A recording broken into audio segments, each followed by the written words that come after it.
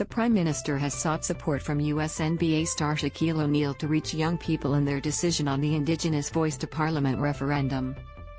Anthony Albanese met with O'Neal on Saturday to mobilise support to engage young people in the conversation about the referendum for constitutional change to introduce an Indigenous voice to Parliament. The press conference was graced with an albeit brief appearance from O'Neal. Read more. Justice Department releases redacted Mar-a-Lago search affidavit. I'm here in the country, anything you need just let me know, he said as he shook Albanese's hand.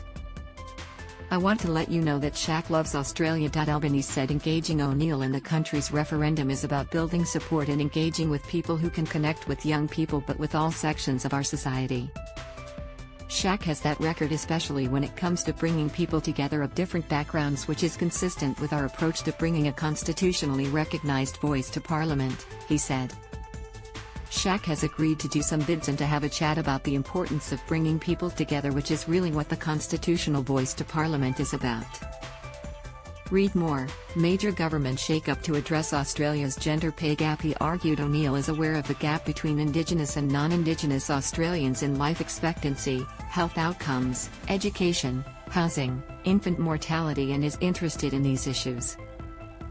He wanted to inform himself about what this debate was about, more by engaging directly with the Minister for Indigenous Affairs and myself as the Prime Minister, Albanese said. People who are concerned about social justice and opportunity, regardless of people's background, the circumstances of their birth, they are interested in these issues. Read more. What is your liability if your dog is involved in an attack in NSW?